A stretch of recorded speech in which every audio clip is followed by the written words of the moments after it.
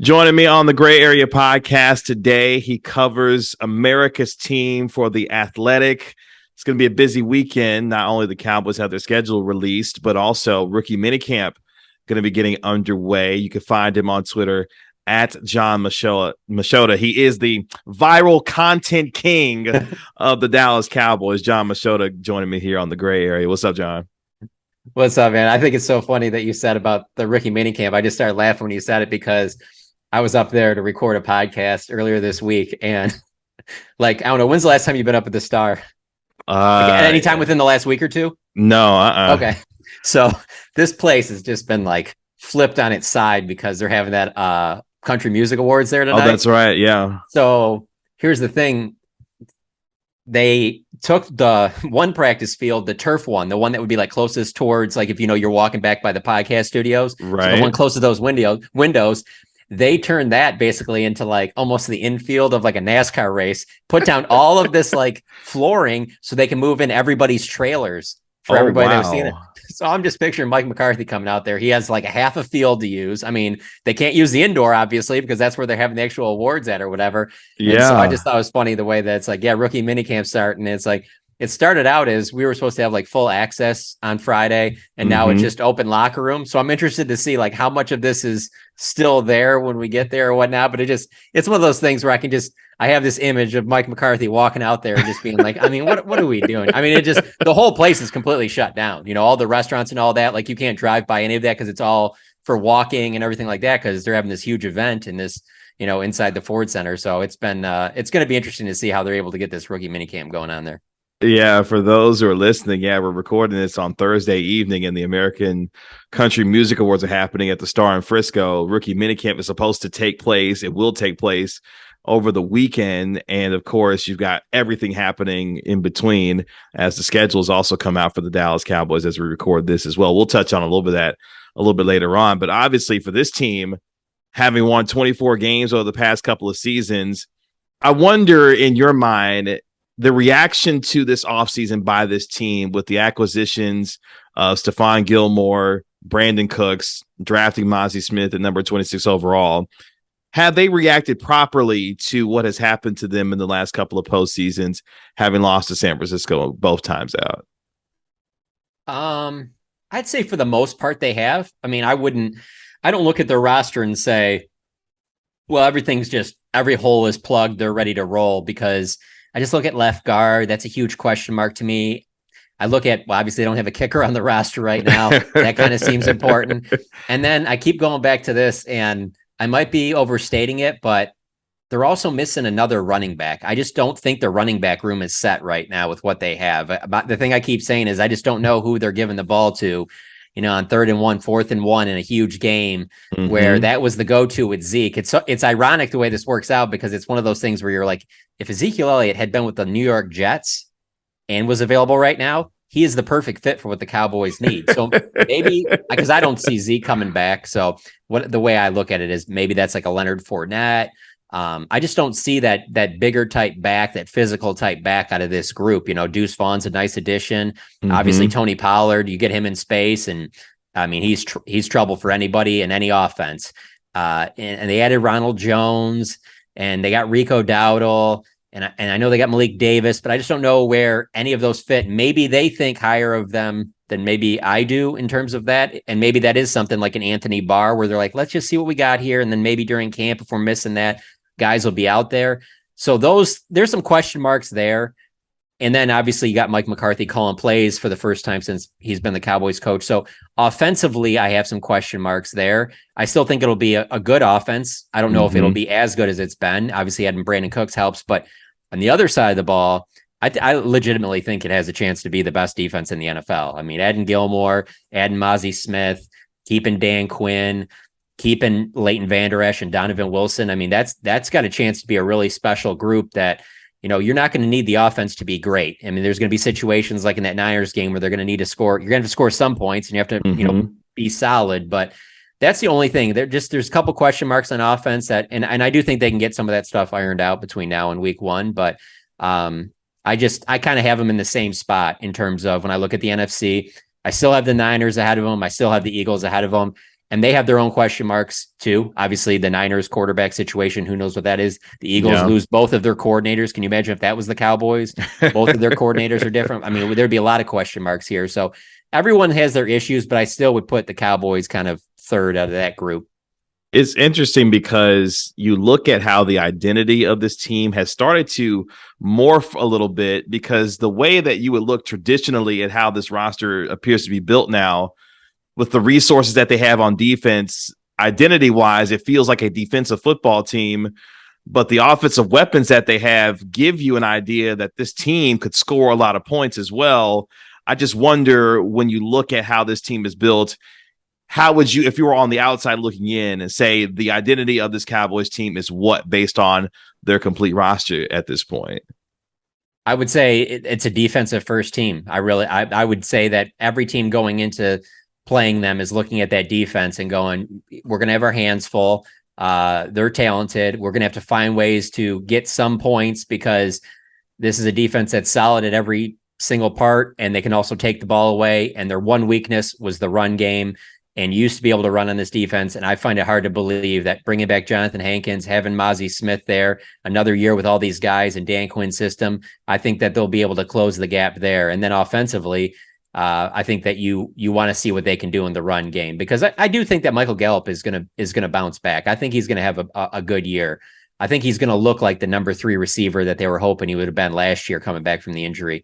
So the weapons on the outside, with Cooks and CeeDee Lamb, obviously, and I even think that they're going to be okay at tight end. There might be a little bit of growing pains early on, but I think that they'll ultimately be okay at tight end.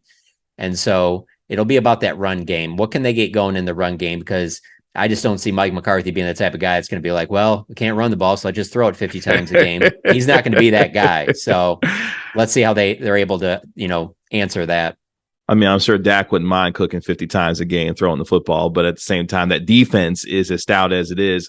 We'll come back to the defense, because obviously they're led by Micah Parsons in what could be a record-setting year for him, given what he has a chance to do there. But let's start with the offense, because as polarizing as this team is just on a normal basis, the quarterback that they had last year threw 15 interceptions, obviously was dealing with a little bit of injury as well.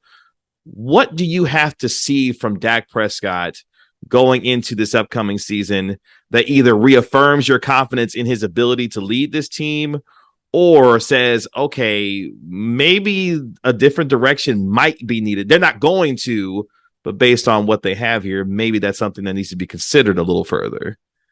I don't think that Dak can do much during the regular season that would change the way I think about him as a player. I would say the only thing he could do is probably the negative, where if he has 20 interceptions and you'd be like, wow, coming off 15, like there's something, it's in his head or something like that.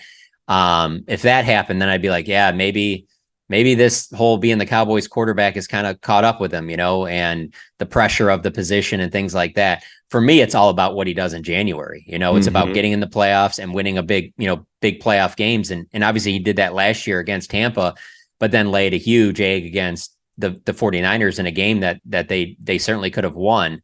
And so I think that is ultimately where it's decided for him, because I haven't thought of, I'd never put Dak in that category with, Patrick Mahomes and Joe Burrow. And I think to get to that, you're going to have to get to a Super Bowl, at least an NFC Championship game, for you to start putting it. So I don't have him there, but I have him with a huge group of other guys. Like depending on who you are, it can go anywhere from 5 to 15, and on some games, I think Dak Prescott is a top 5 quarterback. Other times I'll watch the Cowboys and I'll be like, yeah, I think he's probably around 10, maybe 12, somewhere in there. So when I say that too, I'm also meaning that's why I wouldn't go in another direction, because I just think if you went in another direction, I think there's a far greater chance you don't even get a guy that has the upside of being a 5. And then also that's what I'm talking about. A lot of it is on the field, where obviously everything off the field, I mean, I don't even know if there's been anybody that can check more boxes off the field than Dak Prescott can. So you don't worry yourself about that or the leadership or any of that. He's got all that. I mean, he can teach classes on that for the rest of his life. But on the field, I hate to put it like that, because it's like fans get excited for the regular season. Like, I want to see these 17 games and see what, like for the Cowboys, it really The only way they're getting judged is if they just epically fail and miss the playoffs, or once they get to the playoffs, what they do there. That's what it's going to be about. But I mean, I like what they did on defense because of the fact that you keep making the defense better, the less Dak has to do. He doesn't have to throw for 400 to win these games. It's take care of the football, make some good decisions, get a couple touchdowns and don't turn the ball over. And if you can do that against some good teams, you could find yourself in the NFC Championship game. The dichotomy is interesting because, as you were describing, a player who can be viewed as a top 5 quarterback at times, but the way the team is built, with defense being its identity, a team that seems like it needs to protect its quarterback from making decisions that could hurt the team. Which one is it? Because I feel like this defense and this team has been built to say, hey, look, Dak, you don't have to do it all, but yet you do have the capabilities of playing at a top 5 level. I guess trying to strike a balance with that is what it appears the Cowboys are attempting to do here. Yeah, and I think that's why Mike McCarthy wanted to kind of have a change of voice, to just change things up, because I don't think Kellen Moore was the issue in Dallas. It's one of those things where I was like, hey, it's time to move on. I get all of that. I understand it. There's a shelf life with these things. Sometimes change, is good just to make change. And I get all of that. I'm very interested to see what Kellen does with the Chargers, because I do think that he is a good offensive play caller, but maybe that is what Dak needed is a new voice, maybe a different look at things to kind of change things up from really, I mean, you go from Jason Garrett to Linehan to Kellen Moore. There's a lot of similarities there. Now you got something new, something that's been different, but also you're comfortable with this guy because you've been around him the last 3 years. And so I think that's what you're trying to hope for there, because I think the last thing the Cowboys want to do is put Dak out there in a position where he fails. And then all of a sudden it's like, all right, now we got to move on. We got to find another quarterback. How are we going to do that? It's not easy to do that. You almost got to get lucky in a certain sense to find another franchise quarterback. And so, they are obviously hoping that this all works out with him because they've invested so much in him and in so many pieces around him that this looks like, they got the team around him to make a run. Now, of course, you got to stay healthy though, too. CeeDee Lamb, second team All-Pro this past season. They bring in Brandon Cooks. The offensive line is still one of the biggest questions you touched on a little bit earlier. I just want this to be real simple, John. I want the 5 best offensive linemen on the field at a given point for this team. And for me, that's Tyron Smith at left tackle. That's Tyler Smith at left guard for now. Tyler Biadasz at center. Zach Martin at right guard. Terrence Steele ready to go at right tackle. Why do the Cowboys seem to make this so difficult, or appear to make it so difficult, even with the understanding that, yes, Tyler Smith will be the future at left tackle at some point? Well, I think that if there weren't health concerns, they would agree with you and they'd be like, yeah, let's roll with that. But because of the health concerns, your lineup, they're probably fine with too, but they're probably in the back of their mind, and they would never say this publicly. Like, that sounds good. That sounds good for week 1. And then when somebody gets hurt, then now week 2, Tyler Smith is back out to left tackle. If it's Tyron's hurt or Terrence Steele or whatever, who's moving over to there? So the sense I get is they're really trying to have 3 offensive tackles, starting offensive tackles, because of that, so that you are having either it's Terrence Steele, Tyron Smith, and Tyler Smith, so that you when one of them goes down, because it just seems like something's going to happen somewhere there, then you're in a good position there that you have somebody that can step in immediately.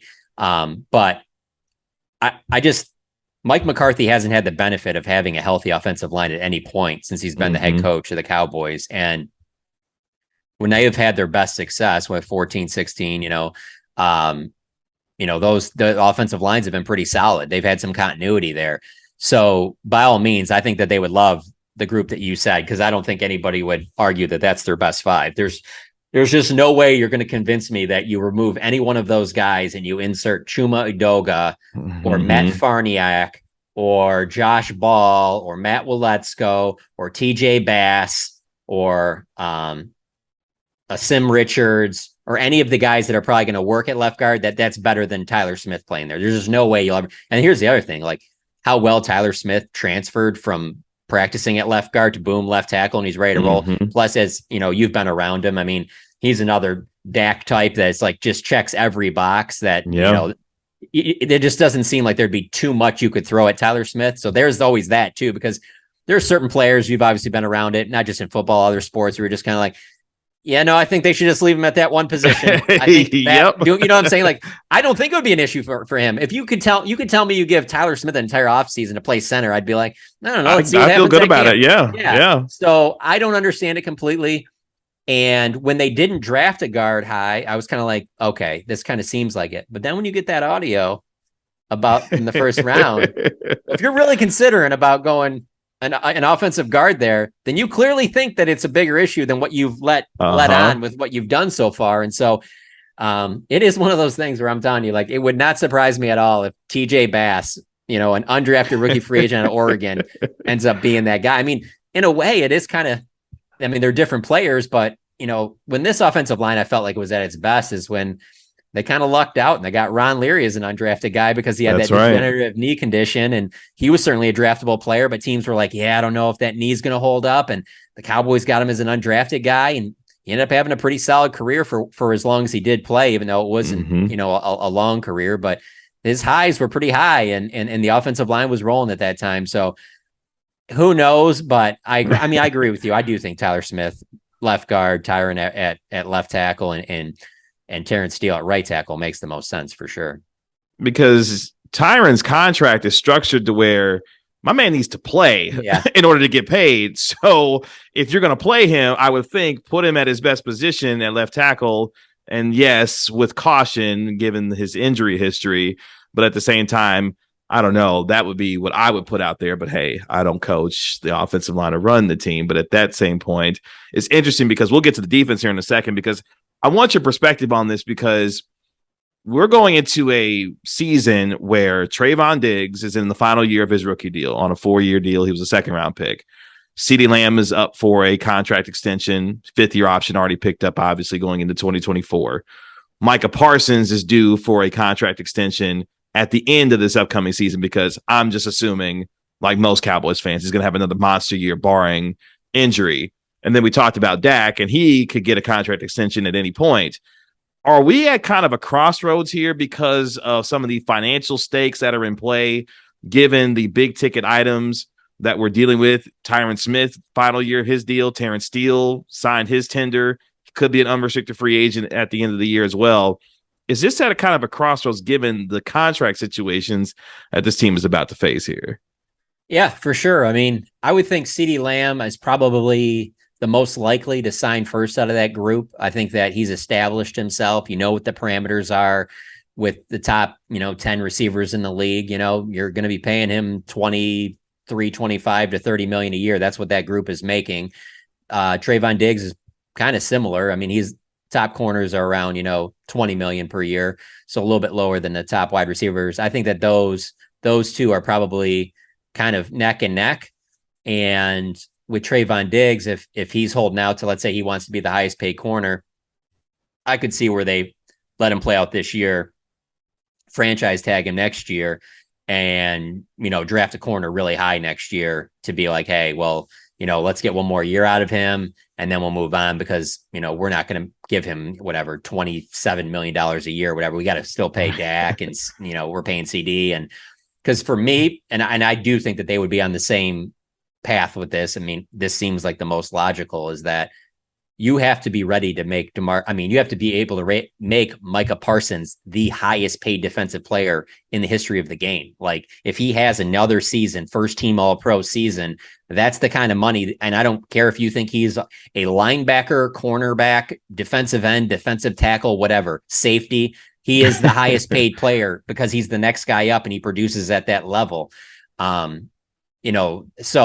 that to me is there. That's non-negotiable. That's the number one. Like, the money has to be there that you make him the highest, because he, to me, is what changed all of this. Dan Quinn gets a lot of credit. He deserves it, but you need that guy in the field that can be that change. He's what changed and flipped this defense. That made it the best defense the Cowboys have had in over a decade. It's Micah Parsons. I mean, there's a lot of luck involved. They got him, but I don't think that there's enough positive things you can say about the way he plays. You want to get pissed off because he's training in Austin. You don't like it that he's wearing a Tyrese Maxey jersey at a Sixers game. Hey, that's fine. But when Sunday comes, I know what you look like without him. And I know how much better the defense looks with him. It's pretty obvious that you get that deal done there. And so, yeah, they are in a tough spot for sure. I mean, but there's really no excuses. This isn't something where all of a sudden it just, appeared on your doorstep. Like, oh, we have 4 players we got to pay a lot. Like, this is what they've been going to. And so the way I look at it is I do think there's a way that they can make it all work. And the way that has to happen is, one of your MVPs is going to have to be Will McClay, because you're going to have to hit on draft picks. It's kind of like with the Eagles, man, I love a lot of things they've done the last 2 off seasons. It's going to be harder and harder to do that going forward when you're paying Jalen Hurts what you are, and probably going to have to start paying those receivers and some other people on that team, and so that's what makes it so much more difficult. And so I do think there's a path that you can have success with paying all those guys, but you have to draft well. And since Will McClay has taken over the draft, that they've done that. I just want to be a fly on the wall when David Mulligetta, the agent for Micah Parsons, walks into Jerry and Stephen Jones's office and says, "Well, it's time, guys. What are we doing here today? What do you want to talk about today?" Business has to be so good for David Mulligetta. I mean, seriously, like I get it too. Like, there's probably a lot of stress that comes with not only, representing pro athletes, but a lot of the big name guys that you're constantly worried about them possibly getting in trouble or doing something that could, affect them getting another contract. But he just represents so many of the it guys in the NFL. And obviously Micah Parsons is another one.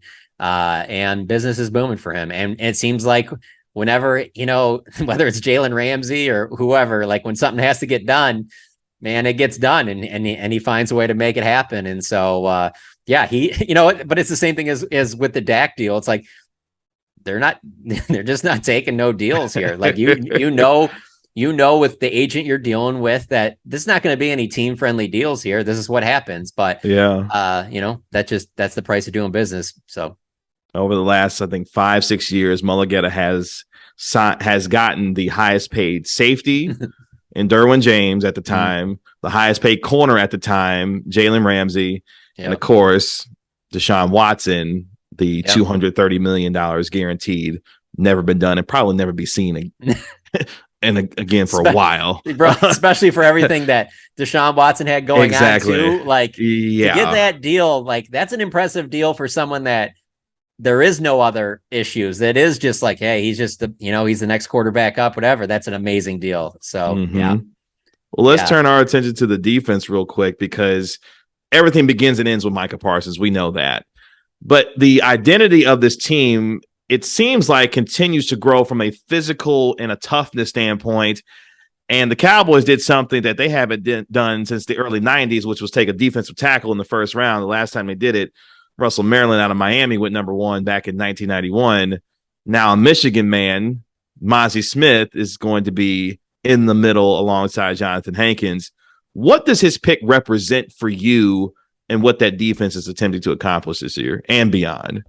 It's funny. I did this Eagles podcast this morning, and they were asking about Mazi Smith, and that, if it's just it's kind of like with them with Jordan Davis. Like, if he's not a guy that's on the field on third down, is it really worth taking him in the first round? And I just brought up the whole Russell Maryland thing. I'm like, yeah, I get that for the Eagles, because they've done well at defensive tackle. So you can be a little bit pickier there. But for the Cowboys, I mean, yeah, okay. So let's say Mazi Smith at 26 was, I don't know, 10 picks early. Let's say whatever. Let's say if somebody, I don't think he makes it 10 picks. I think he would have been gone in the next 5. But let's say he makes it, you could have made it 10 picks back or something like that.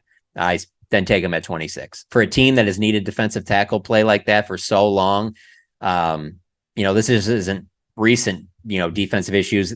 They were constantly looking for defensive tackle help under Rod Marinelli. I mean, just the years of Antoine Woods and Nick Hayden and guys like that, Christian Covington, and just rotating these guys in. And so if you have a guy in Mazi Smith that, hey, this is your guy, he's going to be here for a long term. Obviously you have Hankins helping, but I like the idea of putting Mazi next to Osa, where you possibly have these two together for a long period of time, and they can kind of work together. And then that just helps your the guys on the edge, and obviously keep your linebackers clean. And so I had no problem with the pick. I was surprised by it because of what you said, that it's been so long since they've taken a defensive tackle in the first round that I've always written it off. I'm like, yeah, they're not going to do that there. They'll take, if anything, they'll take another offensive lineman. They hit on other offensive linemen in the first round. They'll do that.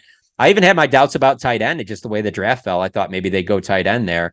But yeah, I just think that what Mazi Smith can bring in the run game, even if he doesn't get you 5-6 sacks, I just think it'll be so valuable there to kind of just mess some things up in the middle, because there's a part of me that even thinks of it from the standpoint of just how much this could possibly also help in just having Micah when he rushes, over center and things like that, because Micah's just not going to stay as your right defensive end. They're going to move him around. That's one of his best strengths. And so I just think that pick helps so many parts of the defense take it to another level, to where you're getting to the point now where there's really no weaknesses there. They can take the ball away. They can stop you against the run. They can get after the passer.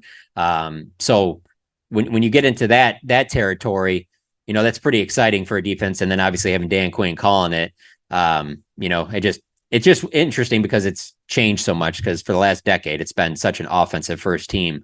To see them have this defense now, and, obviously going after Gilmore was a big part of it too. That was a big signal that, no, we're going to make this strength even more of a strength. Yeah. And it's funny. I thought about when they drafted him, I said, oh, Mike McCarthy wants his next throw in who you want to, BJ Raji, whomever you want to think about when Kenny it comes Clark. To Kenny Clark. Yeah. My man Mazi Smith seems like about a biscuit short of 340, going to be man in the middle for this Cowboys football team. As we get ready to end today, we know that the Cowboys made a lot of moves on both sides, retaining guys, especially on defense with Donovan Wilson, Leighton Vander Esch coming back as well, acquiring Stephon Gilmore, Brandon Cooks on the other side. Jerry and Stephen Jones. Jerry having turned 80 this past season. Stephen Jones obviously starting to take more and more of being the face of the franchise from a business standpoint, running the day-to-day operations, while Jerry is, the face. Where is this organization in your mind? The state of the Cowboys, if you will. We mentioned earlier having won 24 games the last 2 seasons, took another step further in the playoffs, but at the same time, it's been the 26, 27 years that they have not went to the NFC title game or a Super Bowl. What is the state of this team right now? I think they're in a decent spot. I think they're in a pretty good spot because of the fact, like you said, these last 2 years, that's been the biggest thing for anything you want to criticize. Dak, Kellen Moore, Mike McCarthy, whatever you think has been a weak link in when their season ended. The fact that they won 12 games back-to-back years, I think gets kind of glossed over because they didn't have any of the playoff success. Because to do that back-to-back years, we're so used to the Cowboys over the last decade plus of just, if it was a good year, well, you knew what was coming the next year. It might be 500, probably wasn't going back to the playoffs. And so there is parts of it where I kind of look at it and I'm like, you can kind of see some parallels to that sustained success that Mike McCarthy had in Green Bay. And then, hey, look what happened to him. He won a Super Bowl, and that wasn't good enough. And it was like, well, he's not getting back there. They're losing an NFC Championship game. They got to get back to the Super Bowl. But every year they're making the playoffs. And I just look at the NFL, which is, there's just so much parity. I really thought going into the playoffs, you might disagree with me, I really thought San Francisco had the best shot to go to the Super Bowl. And they go into Philly, and Purdy gets hit in the arm, and it's like that game's over. It's just like that, the season's done. For as good as that Niners defense is and how many weapons they have on offense, just like that, for it to be gone is just so fickle and fleeting. And there just really isn't, you're certainly seeing it in the NBA right now, that it's not the 90s anymore. Like there isn't these like teams that are just so dominant that you're just like, well, we got to keep trying to build this super team to try and seriously, like it just changes so much. Now, obviously, when you have like Patrick Mahomes in Kansas City, that can be the great, like a Steph Curry takes everything else to the next level. But when you look around, even Patrick Mahomes, like that's not the same Chiefs team that won the Super Bowl a couple years before. There's a lot of different pieces there. And so I look at it as just, if you can just keep getting back in the tournament, keep getting back in there, get hot at the right time. I know a lot of Cowboys fans don't want to hear that because they haven't gotten hot when it's mattered most, but all you can do is trying to keep getting back there. And there is a part of me that believes that because they finally are starting to build with the defense like that, that could be the difference in some of these big games in January where you're shutting down the other team. That's like, hey, this isn't going to be some like first one to 35. Like we need to get to 21. If you can get to 21, we can probably win this game. So take care of the ball. Let's move it. Let's put together a couple of good drives, man. And we can be in this thing right at the end to finally make that run. Just the idea that anybody thinks that you're going to put together this 90s Cowboys teams where it's like, well, first round, who do they got first? Oh, Vikings, 30-7. Second round, Giants, 24-3. Oh, NFC Championship game, it'll be kind of close for the first half, but then they'll beat the Niners, 24-14. Super Bowl 52-7 over Bills. Let's go. Like, that's not happening anymore, man. Like, seriously, like, I never thought that the Eagles, if you would have told me, even going into the playoffs, as well as everything went with them, when Jalen Hurts got hurt, there was no way that you would have convinced me he would have come back. They would have gotten to the Super Bowl. He would have played at an elite level in the Super Bowl there, other than really the one huge turnover there, the fumble. Play on an elite level like that and have the Eagles in position to win that Super Bowl. That to me is just a great example of like, hey man, just see what you can do. Let's put it back out there. I mean, the Eagles are such a great example all across the board. The fact that team that they won the Super Bowl with, such a forgettable team. I mean, that's a team that team's loaded with trivia questions like 10, 15 years from now. Like, name 5 guys off the team, people will be failing miserably, Yeah. And so I just think that the parity is so much there that it's like, I get it. If you don't think Mike McCarthy is the best coach in the league, that's fine. But the fact that he's been able to sustain that success during the regular season, just get yourself back there, try and make a run. And I think that that's the best you can hope for. And with the moves they've made in this offseason, I mean, I certainly think they're in a position to do that. It's funny. The irony of what you described is exactly kind of the scenario that played out in the playoff game between the Cowboys and the 49ers. Defense did what they had to do for the most part. If your offense comes to play, or at least gives you normally what they're capable of. I know Tony Pollard got hurt, weapons wasn't, what they needed to be. Offense comes to play that day, you're going on to the NFC title game with a rematch against the Philadelphia Eagles. You know what I think also factors in though too, Kevin? I think is on that last couple of drives, just how bad Dak looked there. Yeah. If they had moved the ball down the field a little bit, but I mean, you're watching that, you're just like, man, that play should have been a safety. That should have been picked. Okay, that's getting picked. Like, it just, because it looked so bad like that, if they had driven down the field and let's say, hey, someone just had a drop or something like that, I think people would be feeling a little bit different, but it was like everything was there for the taking. He looked so great against Tampa. You're just like, okay, they're in position. And then just to look that bad, I get where the naysayers come from. I understand that. Last one for you, because Mike McCarthy is going into his 4th year as head coach of this team, decided that he wanted to take the reins and be able to be the guy that was in Dak Prescott's ear. He brings along Brian Schottenheimer now as his offensive coordinator. How big of a year is this for McCarthy? And is he at a certain quote unquote crossroads for him as being a part of this organization, even with the success that he's had the last couple of years here? Yeah, it's a huge year for him, the biggest one since he's been here, because in the previous 3, you can always be, well, wasn't calling those offensive plays, and then 2020 takes over, the COVID year that obviously didn't go well. Well, then the next 2 years you win 12 games. I mean, you're in a great spot. And so I don't think his seat is as hot as you might hear on national shows and things like that.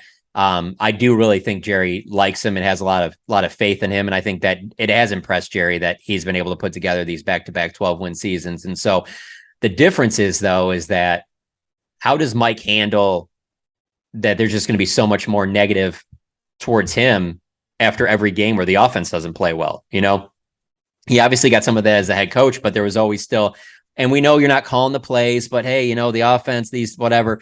Now it's on him. There's not anybody to kind of point to. It's like, well, you were calling the plays, you installed the offense. And so because of that, I think there'll be more scrutiny on him. There'll be more things to point at with him. It won't just be, in the past been, whether it be clock management and some in-game decisions, things like that, some challenges, whatever. Now it's also, what does the offense look like? How is this, is it looking better than Kellen Moore's? Why'd we get rid of Kellen Moore if it doesn't look better than it was then? I thought this guy's the one that had all the success with Aaron Rodgers. So there'll be a lot more criticism for sure. And then, that can stack up for sure. But I think as long as they, I see that schedule comes out and I'm like, I think it's like a 10 or 11 wins. I don't think they get back to 12 wins. That's a really tough schedule.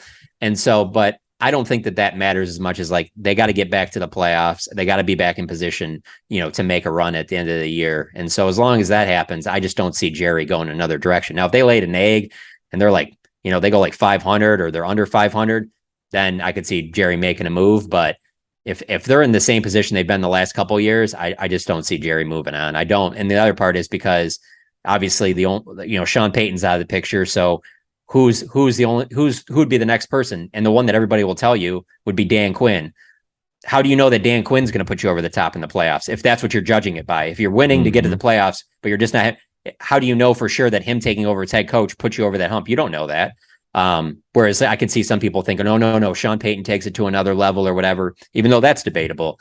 But there's not really that obvious person outside the building that you're like, well, it's time to get that person. So I don't know who the answer is if you don't think that, he's the right coach for them right now. Cowboys have the tie for the third toughest schedule in the NFL this upcoming year. The reigning NFC champion Philadelphia Eagles have the toughest schedule going into 2023. I just can't wait for week 2.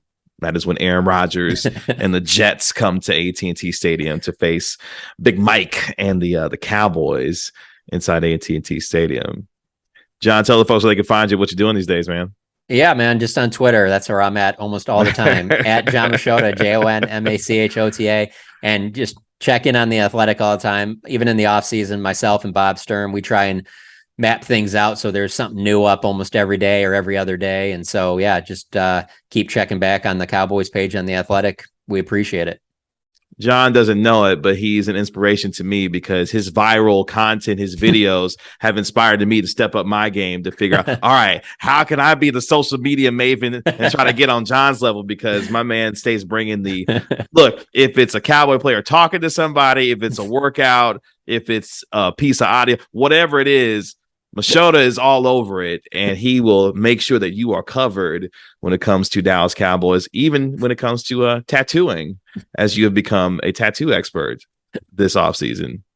Well, I'll just say this. If there were some bottom of the roster guys doing these tattoos, I don't think I'd be pointing it out. But when it's literally like 4 of their best players and they're all getting these massive arm or leg sleeves or back pieces, and it's all the same person doing them all in one sitting with like 3 other people, I don't know how many other people are out there living that life, because I know there's not many. When I found out how much it costs to do that, I know not many people are living that life. So that's interesting to me. John, I appreciate the time, my man. Thank you so much. Anytime. Thanks for having me on.